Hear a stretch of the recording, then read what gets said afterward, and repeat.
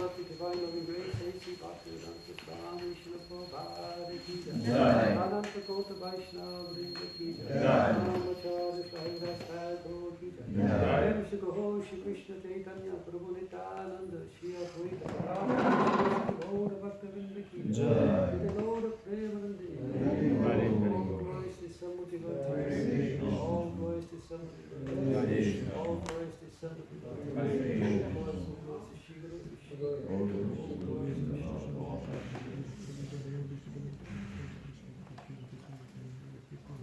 Om Namo Bhagavate Vasudevaya. Om Namo Bhagavate Vasudevaya.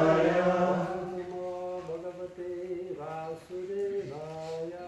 Om Namo Bhagavate Vasudevaya. Om Namo Bhagavate Vasudevaya. Om Namo Bhagavate Vasudevaya.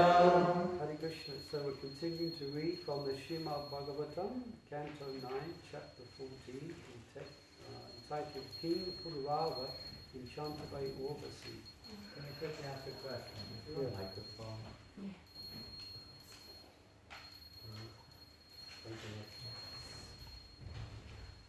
So yesterday we basically read text 6, so we had on the board text 9, which has the purple. So I shall read text 7 and 8, and then together we can read text 9. Savadeva Ganopeto Mahendro Guram Anvaya Shoyo Shoyo Vanasho Soyo Soyo Vinasho Put Samarastara Pramayaha. King Indra, accompanied by all kinds of demigods, joined the side of Brihaspati. Thus there was a great fight, destroying both demons and demigods, only for the sake of Tara, Brihaspati's wife. Text 8. Nividito taring, nividito tagirasa, somani patasya vishvakrit, taram sa patri prayachat antavatnim avekpatihi. When Lord Brahma was fully informed by Angira about the entire incident, he severely chastised the moon god Soma. Thus Lord Brahma delivered Tara to her husband, who could then understand that she was pregnant. So today's verse, text 9. Tvaja tadashu tuspragne Matsatret ahitam parai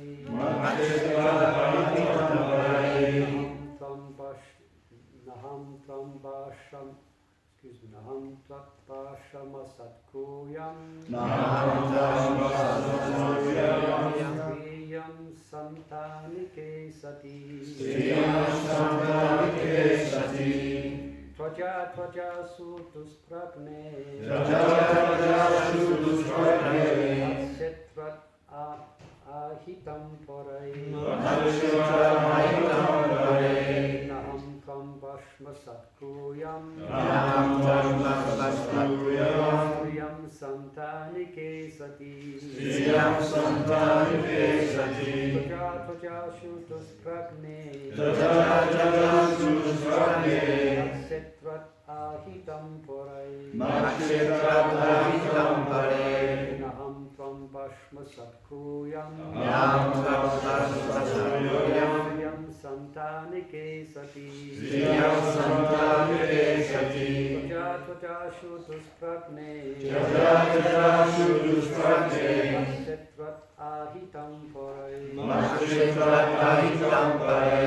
Tvam bashma satkuyam Sriyam santanike sati Jatya chajashu dushpragne Matshitrat ahitam parai Naham tvam basma satkuryam Sriyam sanatanike sati Sati. Jajata Sudushpragye. Jajata Sudushpragye. Matshetra Danitam Parai. Matshetra Danitam Parai. Namkam Basma Satpuryam. Namam Basma Satpuryam. Striyam Santani Kesati. Striyam Santani Kesati. Tyaja Shudushpragye. Jajata Sudushpragye. Matshetra Dahitam Pare. Matshetra Dahitam Pare. Aham Tvam Basma Satkuryam. Namam Basma Satpuryam. Striyam Santanike Sati. Striyam Santanike Sati. Ladies, please. Jajata Sudushpragye. Matshetra Daitam Pare. Namam Basma Satpuryam. Striyam Santanike Sati.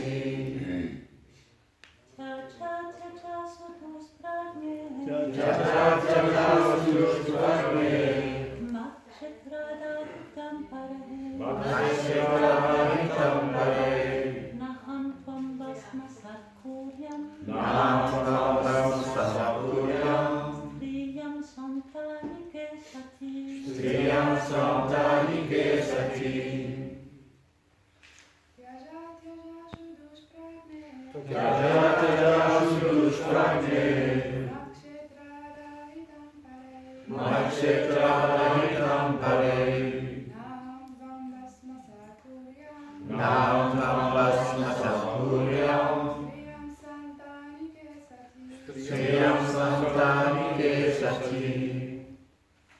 Word for word and translation by His Divine Grace, A.C. Bhaktivedanta Swami Srila Prabhupada Ki Jai. Twaja, deliver. Twaja, deliver. Also, immediately. Dushpragne, foolish woman. Matshetra, from the womb meant for the impregnation. Ahitam, begotten. Pare, by others. Not. Aham, I. Tvam, you. Bhasmasat, burn to ashes. Kuryam, shall make. Striyam, because you are a woman. Santanike, wanting a child. Asati, although you are unchaste. Translation. Brihaspati said, "You foolish woman, your womb, which was meant for me to impregnate, has been impregnated by someone other than me. Immediately deliver your child. Immediately deliver it. Be assured that after the child is delivered, I shall not burn you to ashes. I know that although you are unchaste, you wanted a son. Therefore, I shall not punish you." Please repeat. Brihaspati said, "You foolish woman, your womb, which was meant for me to impregnate, has been impregnated by someone other than me. Immediately deliver your child. Immediately deliver it. Be assured that after the child is delivered, I shall not burn you to ashes. I know that although you are unchaste, you wanted a son. Therefore, I shall not punish you. Purple. Tara was married to Brihaspati, and therefore, as a chaste woman, she should not have been impregnated by him, but instead she preferred to be impregnated by Soma, the moon god, and therefore she was unchaste. Although Brihaspati accepted Tara from Brahma, when he saw that she was pregnant, he wanted her to deliver a son immediately. Tada certainly very much feared her husband, and she thought she might be punished after giving birth. Thus Brihaspati assured her that he would not punish her, for although she was unchaste and had become pregnant illicitly, she wanted a son. Then purple.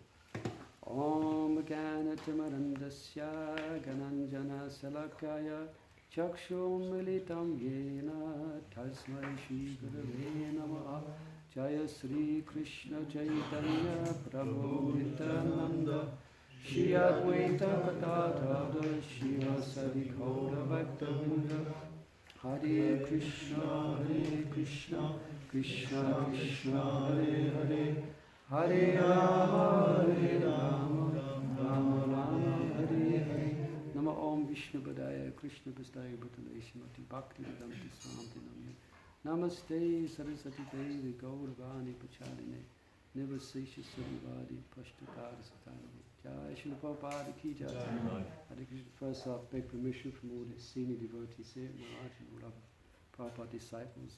Please give me your blessings. I can say a few words on this topic. This is Canto 9 we're reading, and it's a very amazing story as it will unfold. King Parava enchanted by Urvasi. Many lessons to be learned. But specifically, this is explaining the dynasty, as we heard yesterday actually, that Krishna will actually appear in. Yeah, and the last chapter of this canto is entitled Krishna, the Supreme Personality of Godhead.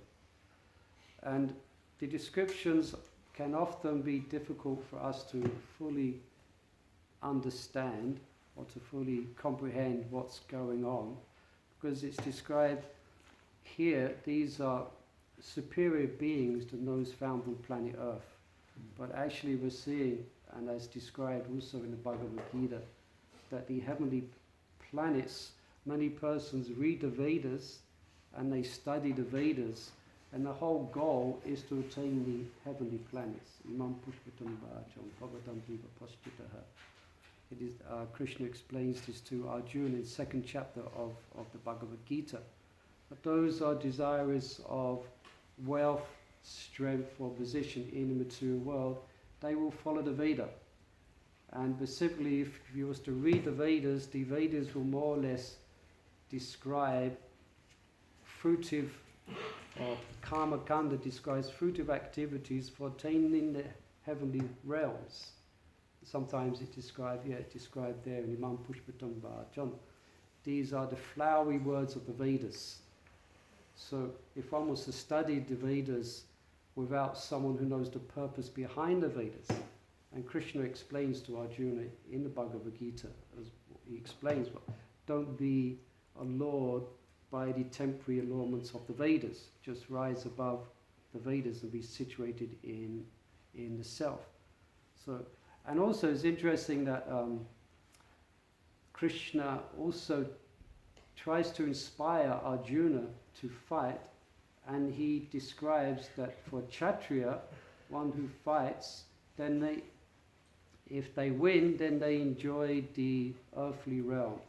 And if they get killed, then they go to the heavenly planets. Describes Swagabhavaram Apavritam.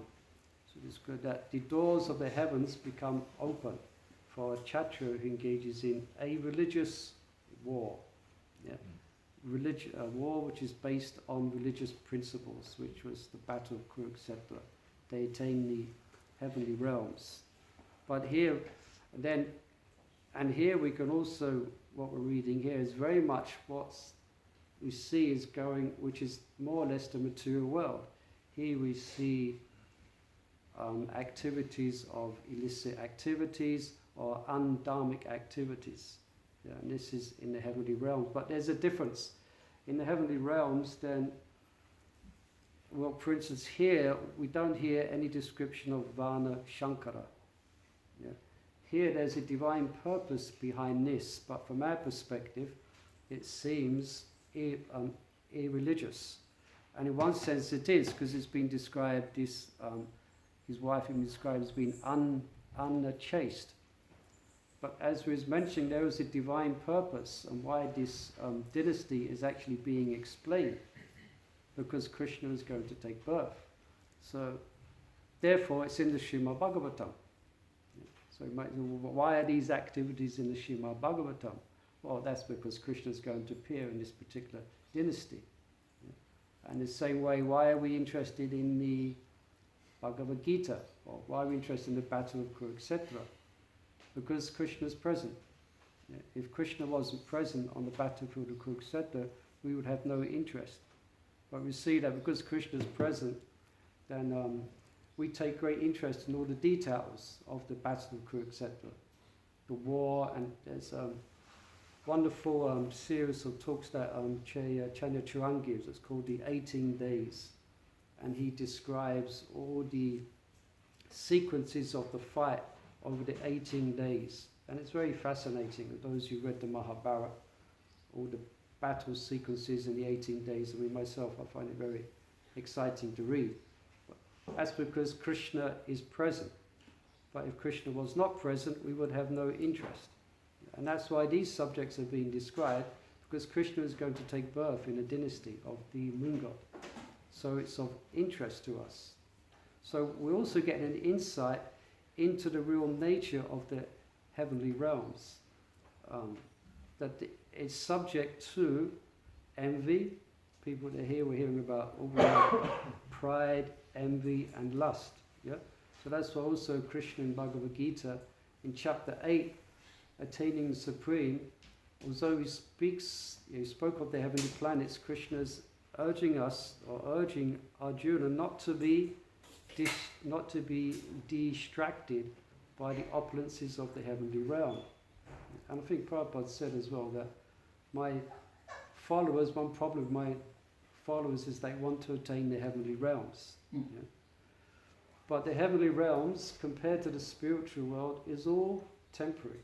And just reminding it, here it's full of the same things which we see here in the material world. Yeah? And many times we hear of demigods being cursed, like here he's assuring his wife that I will not burn you to ashes. Giving some assurance that don't worry, I will not burn you to ashes. Yeah? And sometimes we see that happens.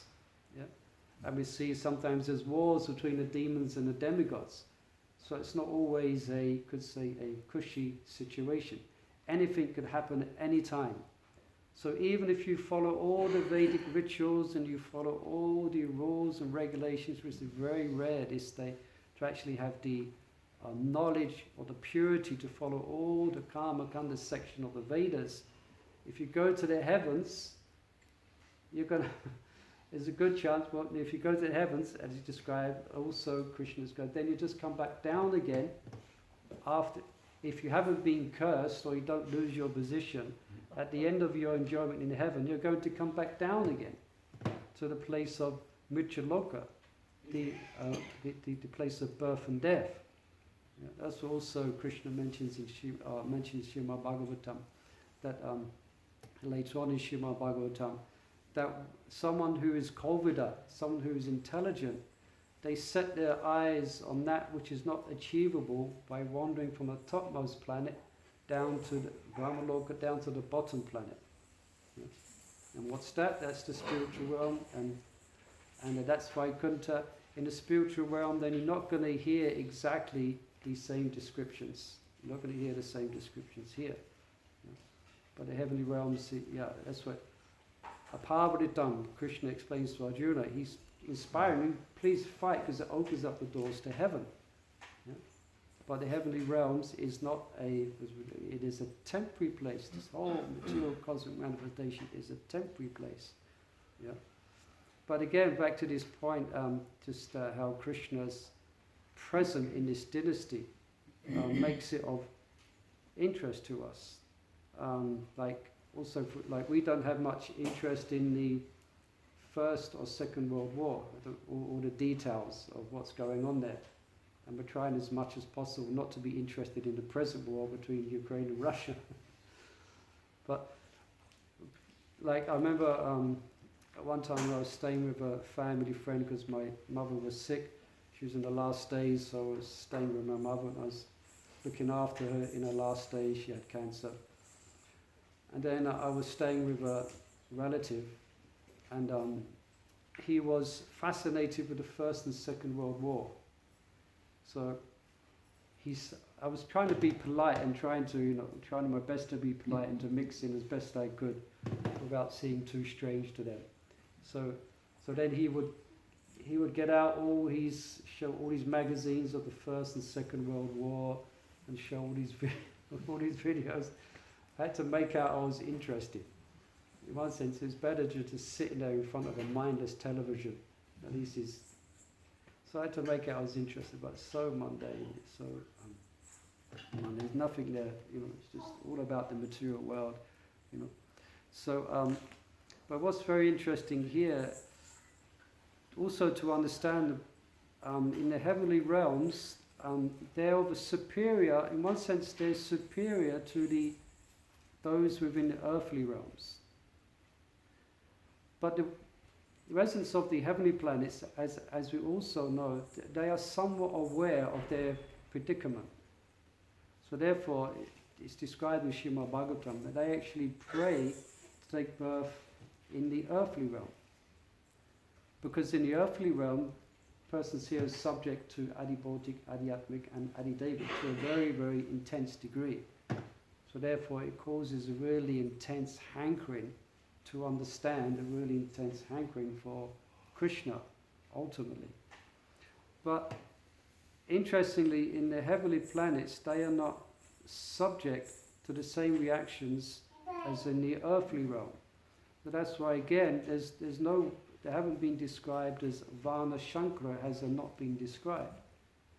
Because I think, if I'm correct, there is no reaction for, say here, illicit sex life. And that's why when Arjuna, when he went to the heavens to obtain weapons, and Urvasi, she is the original mother of the dynasty in which Arjuna appeared in. So Arjuna, while he was in the heavens, he was looking at Urvasi. I think it's Urvasi, yeah. Urvasi and Indra saw that, and he thought Arjuna was lusting after Urvasi. So then he asked her, then you please go to Arjuna and satisfy him and please him. And as you know, Arjuna was not interested. Arjuna, again, he was looking at her as her mother. And she was complaining, and she was offering, to Arjuna, and Arjuna refused. And she, as we know, then Arjuna became cursed to become Brihatnala, become a eunuch. So she cursed him. I curse you to take birth as a eunuch. But that was all part of the Lord's ultimate arrangement, because you know that in the last days of their exile, then Arjuna disguised himself as a eunuch, or not disguised, named Brihatnala. But the point here is that obviously mentions that there is no simple. This is not like in the earthly realms. There is no simple reaction for such a thing. But so why is that? Well, they're situated. It's difficult to completely understand, but the heavenly planets, the heavenly residents in heaven, they're more situated in the mode of goodness, and they're much more powerful. So therefore, they're not subject to the same trivialities as the residents in the earthly realm. But the residents of the earthly realm, because of their lack of piety, because of their weakness, especially in Kali Yuga, they're absolutely required to follow the regulative principles. Because there is a reaction. Yeah? And interesting also, I was reading again on the train coming here, the 8-hour train ride we had, I was doing lots of reading. But reading the 7th canto of the Srimad Bhagavatam, the perfect human society. This is Narada Muni speaking to Srila Vyasadeva. after describing the glories of Prahlad Maharaj, then Yudhisthira Maharaj asks, what's the perfect human being? Because he's heard about Prahlad Maharaj. So then he inquires, can you expand more on the perfect human being? So then there in that part of the Srimad Bhagavatam, it's described the qualities of a human being. Yeah, it's good. And in the purports I was reading later on in the purports there in that chapter, Srila Prabhupada describes how those who have no knowledge, those who are lower class, there's no reaction for drinking wine and illicit activities. I remember reading that before, and I came across it again just recently, trying to understand it. But the Prabhupada explains, because they have no knowledge, they're a complete ignorance. So there's not the same. He describes there is no reaction. But then Prabhupada goes on to describe, but for someone, and Prabhupada then describes the importance of following the regulative principles. Describes for someone in knowledge, for someone who's high knowledge, then there is a reaction. Yeah, there's a severe reaction. And he speaks about the case of brahmanas, those in society who are higher placed, then there is a reaction. Yeah? So we should not think in our illusion that we can be on such a platform as the higher beings in the heavenly realms, and to think there's going to be no reaction. We have a responsibility. That's why with knowledge comes responsibility. Yeah? So and that's why these pastimes here should kind of be understood in that light. What's being described here is also describe also some of these are the interactions of the residents in the heavenly realm. And interesting, Srila Vishnu Thakur Thakur, he describes, let me just find this here, describes Soma or Brihaspati in the light of being Jupiter. So he was residing, I don't know much about astrology, but to give the idea of these personalities and their character, and they are not ordinary beings. Let me just find it here.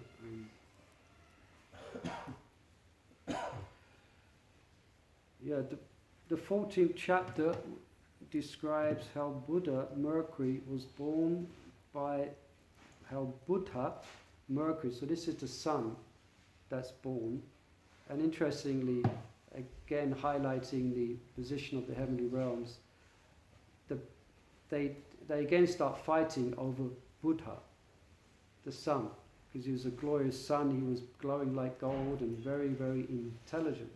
So then they're again fighting over who's going to be taking care of Buddha. This is not the Buddha of the religious No. This is Buddha. Yeah, Buddha. It's not the same Buddha mentioned in the earlier on in the Srimad Bhagavatam. Yeah. So how Buddha, Mercury, was born by the moon in Tara. So Tara is a name, as we know.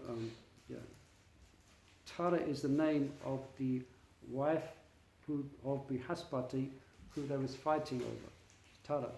And I was looking at the translation for Tara. It means a star, beauty, or star, or exquisite star, exquisite luminary in the sky. So Vishnu Thakur Thakur, interesting how he describes Buddha as being Mercury, was born by the moon. So that's Soma. Yeah? And also Soma is also linked to Soma Ras as well. This is whenever we bring up the subject of Soma Ras, everyone the question what is Soma Ras? What is it exactly? Well, it's not available in Holland and Barrett, and not available here on this earthly realm. Soma Ras. It's there because the sages and the brahmanas would perform sacrifice for hundreds of thousands of years. So then they would drink soma in order to give them strength and vitality. in order to continue the sacrifice. So here, and the wife of his guru, Brihaspati, Jupiter. Yep. And then it describes how his son Ola produced 6 sons in Urvasi. Yep. And just read some quotes, and also here some nice quotes here which I found concerning. Here it's mentioned as being unchaste, as Tara being unchaste. Yeah. So I'll just read some quotes here from Srimad Bhagavatam on chaste women. Very important part in culture. It's mentioned in the Bhagavad Gita. Arjuna brings this up as he's very concerned about Varna Shankara and the cause of Varna Shankara, and which is unwanted children. So that's children conceived like here in one sense, but in the heavenly planets it's different. There will be divine purpose behind it, the appearance of Krishna. But here he describes that without Garbhadan samskara, or the purification processes, if a child without Garbhadana, then there is unwanted children. And there in the Bhagavad Gita, in the purports, in the 2nd chapter again, Srila Prabhupada speaks about the consequences of unwanted children. It's quite a graphic statement, isn't it? To have unwanted children. And we don't have to go perhaps into how degraded that has become today. Unwanted children definitely takes on the aspect of abortion.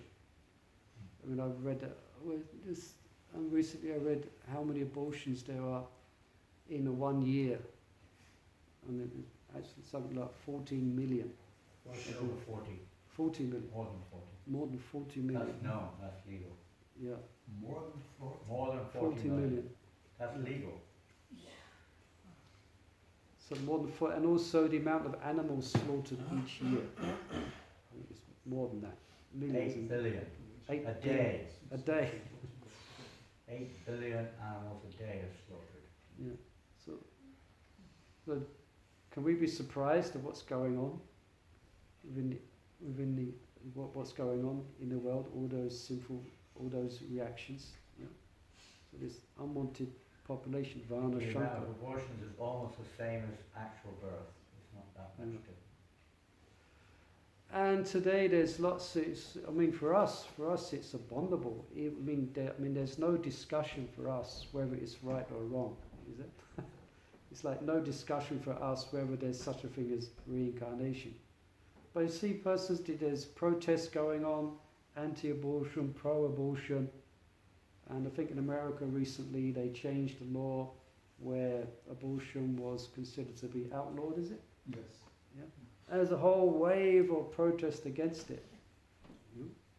It's not exactly outlawed, it's just that they leave it up to the local states to decide. Yeah, they have the right to outlaw it. Yeah. Because there was a federal court decision that they cannot do that. They must allow abortion. That was. Yeah. So then you got in every state there's protests. Some states are taking one position, some states taking another. Yeah. So, and Prabhupada again he mentions about Varna Shankara as being or unwanted children as being the cause of all of. Actually, Arjuna mentions as being the cause of the complete collapse of society. Specifically interesting because Varna Shankara, because the sons will not be religious, they will not do their duty. Yeah. So let me just read these quotes here. This is from Srimad Bhagavatam, Canto 1, Chapter 8, Text 5. The clever Duryodhana and his party cunningly usurped the kingdom of Yudhisthira, who has no enemy. By the grace of the Lord, the recovery was executed, and the unscrupulous kings who joined with Duryodhana were killed by him. Others also died, their duration of life having decreased by their rough handling of the care of Queen Draupadi. Now, Prabhupada, interesting here, is the battle of Kurukshetra. In one sense, we could say it was part of the cause of it, although ultimately it's Krishna's arrangement for establishing Dharma. But the straw that broke the camel's back was when Draupadi, the most chaste Draupadi, was insulted by the Kauravas. That was the no turning back at that point. And in one sense, the whole war, because they was fighting over that. That overstepping of Dharma was seen so horrific, of a chaste lady being insulted in that way. That was seen as, and the psychology of the Pandavas, especially grandfather Bhima, he was driven by that, driven by what happened. And the Pandavas also, they were driven by what happened. Yeah. So that's why the Battle of Kurukshetra is a fight to establish Dharma, to establish religious principles. These persons have overstepped Dharma. They have to be killed. But ultimately, no, it's Krishna's arrangement. Yeah. They're overstepping Dharma. So, interesting here, a great war has ensued as well over Tada. Another lady. Yeah. And Prabhupada goes on here. The protection of women maintains the chastity of society, by which we can get good generation of peace, tranquility, and progress of life. To insult a chaste woman means to bring about disaster in the duration of life. Dushashan, a brother of Duryodhana, insulted Draupadi, an idle chaste lady, and therefore the miscreants died untimely. These are some of the stringent laws mentioned above. And later on in chapter 13 of the first canto, when Gandhari came to know that her future husband was a blind man, to follow her life companion, she decided to become blind voluntarily. You know that story, isn't it? Dramatic story. So, and it's not as if she was peeping under.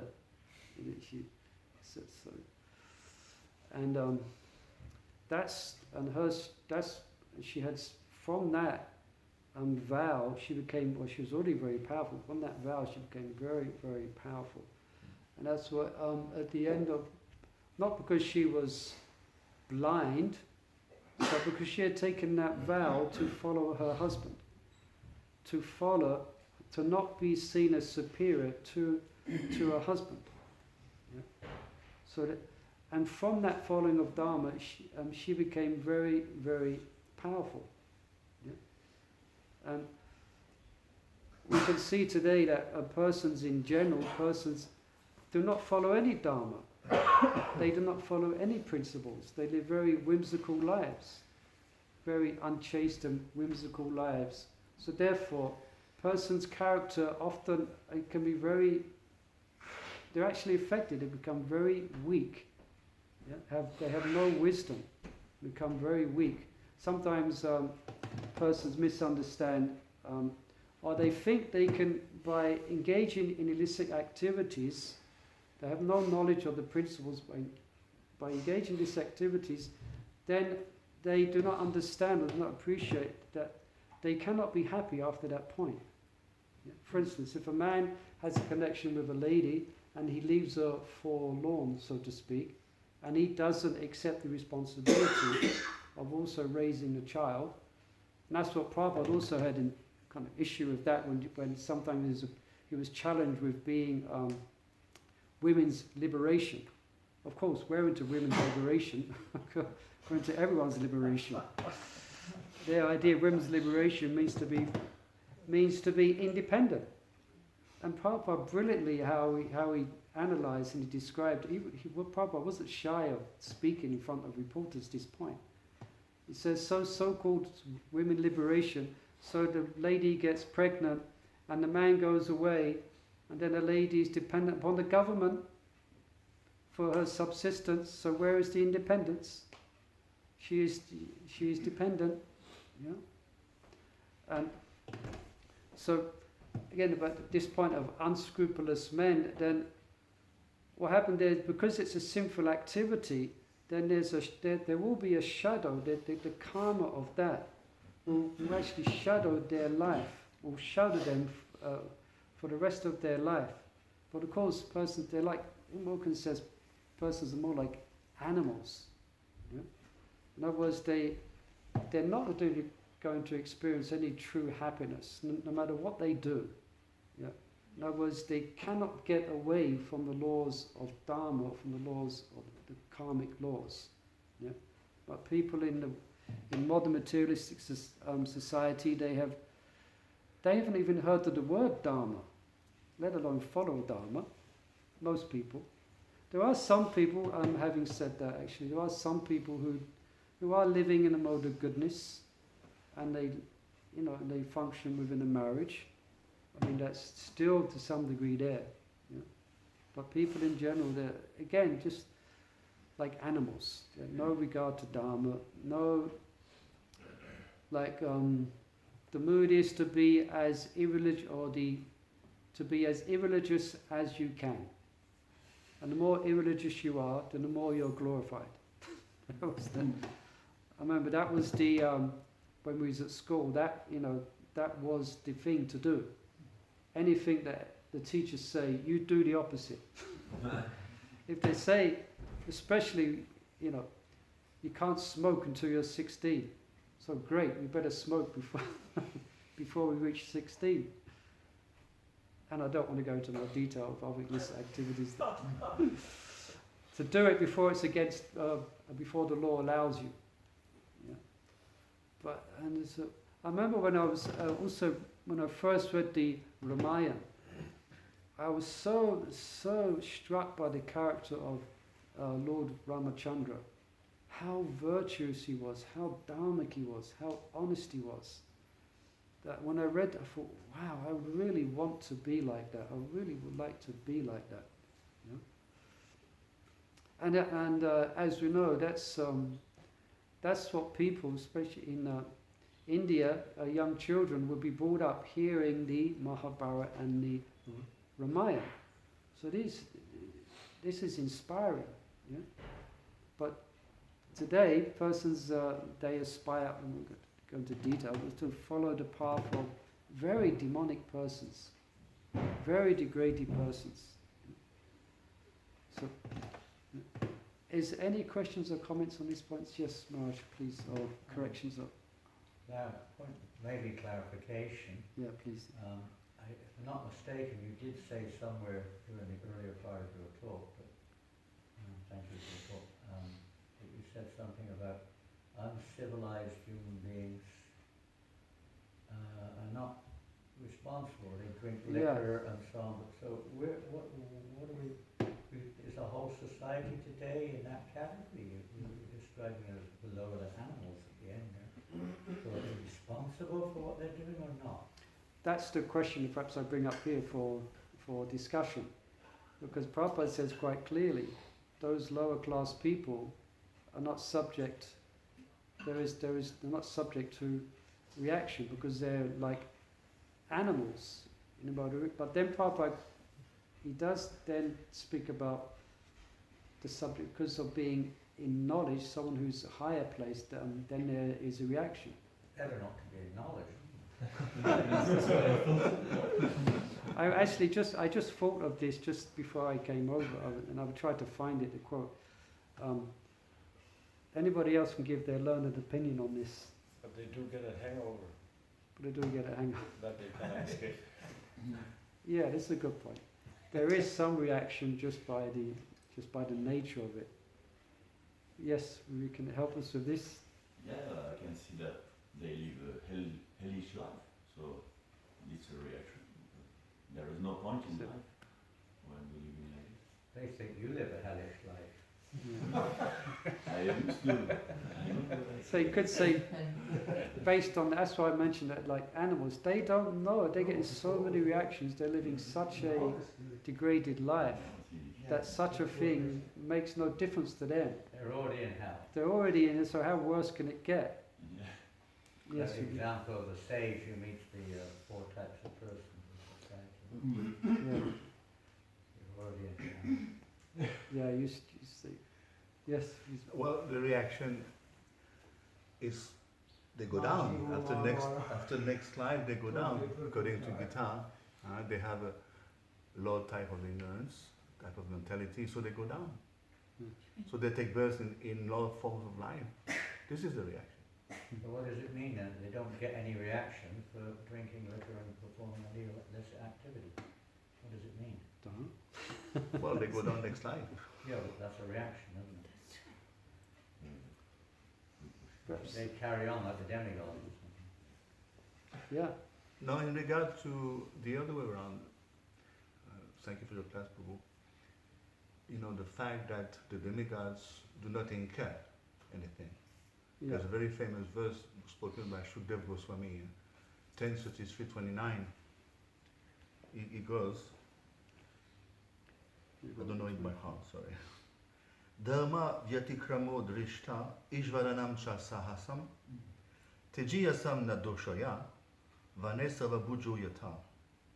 The status of powerful controllers is not harmed by any apparently audacious transgression of morality. That we may see in them. Yeah, we may see in them. For they are just like fire which devours everything fed into it and remains unpolluted. Yeah, actually, I took note of that. I think you might. I was going to mention that. Yeah. Oh, sorry. And that's mentioned in regards actually to the beginning of the description of Krishna's human-like pastimes. An example is given there of Lord Shiva, who drank poison and he wasn't affected. So that's in the context of here, these verses, why there's no mention of Varna Shankara. Because they're very, very powerful persons. That's why I mentioned how Krishna Chakravarti Thakur speaks of them as planets of gods. So but we should not consider ourselves the same. Yeah, we are subject. But that's why I found it interesting. We are subject to follow laws of Dharma. But then there's this quote where Prabhupada says, "Those who are right down there, let's say those who are right down there, for them, what's the difference for them? It's all, as was mentioned, it's all just bad. It's all just a reaction, the whole life. So there's not so much of a reaction for them as a Brahmana. That's why I mentioned that. For Brahmana, because they're more in knowledge, they're more responsible. So therefore there's reaction. So the more knowledge you have, the more of a reaction there is going to be. So perhaps we can look at it like that. Because they have no knowledge, there will be a lesser, even Prabhupada said there will be a lesser reaction if they drink wine. But someone who is a Brahmana and taken vows, I remember one friend of mine, somehow he concluded, because he was sick, that he needs to drink beer to help his sick. And he was, he's a Brahmana, trying to convince him. I think it might be the wrong conclusion. We should understand there is especially if one is Brahmana, to do this thing, there's a reaction. I know. Yes, Mother, yes. Yes, please. I will try to do my best for expressing nicely. I have a question about illicit sex. We know that the soul is coming from the rain, and then it's going on the cereals, on the grains, and then the man is taking it, and then the soul is going on the semens of the man, on the spermatozoid. And then when it is illicit sex, the spermatozoid is going with the ovule of the woman, and there is a baby. But the other cells who are these cells, there is not just one cell when there is the semens, the contact, There is few cells in each spermatozoid. So where are going these other cells? First question. Second question. When it is illicit sex, all the souls are going out from the body of the man, where they are going out. And also, in the Christian tradition, we say that there is some people in the Christian tradition, they say souls, there is vegetal souls, they are destined to be in vegetal body. Souls, they are destined to be in human body. Souls are destined in animals. Prabhupada say no, all souls we can be in this and this one. But what happened with these souls? They are in the spermatozoid of a body of man, and they are not in the creation, in the procreation. What happened to them? I was thinking about this, and I had some thought where they are going, but I don't know. Do you know? That's why it's mentioned in the Bhagavatam, and Prabhupada mentions that's why semen should not be wasted. Yeah. Because it has a purpose in order for karma done. Then you invite, as we know, a good, godly soul. But the question of where do they go? I don't know. No one can answer that. Where they go? All the other millions of jivas, apparently. You could say might say this is the material world. Where they go back into material. Exactly the details of that, I don't know. Where does each of the millions of souls go? Does one go here? Does one go there? He is in the body of human, and then it can be in the body suddenly of moustique or moucheron, you know. There's so many. Yeah, I don't know where they go. Possible, I don't know. You think about you. Just like in the human body, there's millions of jivas. So there's one dominant jiva, and that's the personality that's in the body. So similarly, in semen, just even if someone wastes semen, or it doesn't mean that there's a jiva in that semen that's meant to become a living entity take on a human body. Okay, dude. Oh, it means it's a gift. To be in the body, it's a It's not random. It's not like a random thing. A human being appearing in a body. It's not random. It's by karma. It mentions in the I think it's the third canto. It's karma Devanethrena Jantradeva Bhakta history. That under the supervision of the divine and according to one's karma, one enters into a body, through the particle of semen to assume a particular type of body. That's all determined by karma. You say karma. It's all determined by karma under the supervision of the divine. Yes, it's an opportunity to be there. I don't know if I understand that. Thank you. Okay, did that help? Yeah, well, more or less, we have to think about this. As you said, we don't have to waste. In other words, if it is not granted by the demigods, it's wasted. Yeah. What did he say? What did you say? Si c'est pas confirmé par les demi-dieux, c'est une perte. Pour que l'enfant ça doit être confirmé par les demi-dieux. Yes, but there is no cell in each spermatozoid. There is no cell. No.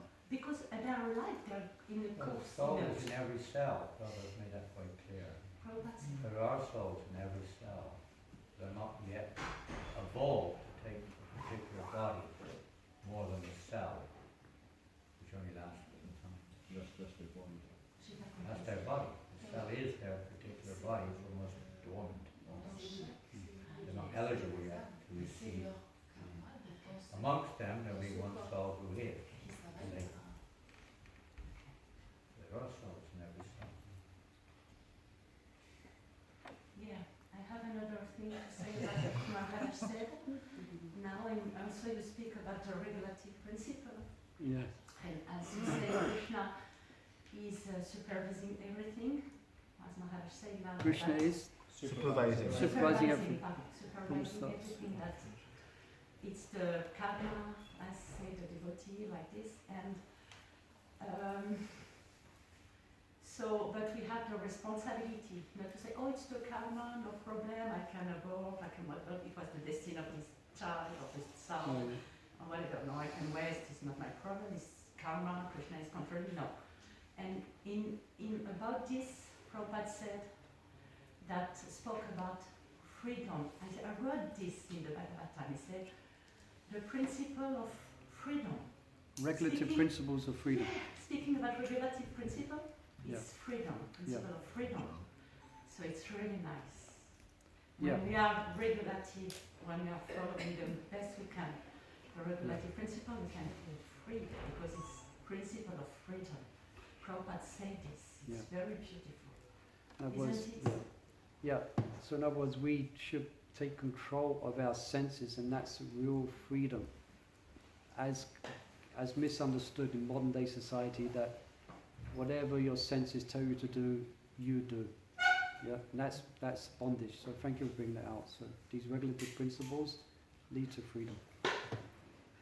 Please, I have another basic question, very important for me, about Bhagavad Gita Kurukshetra. You spoke about holy war. You say like this, sacred war.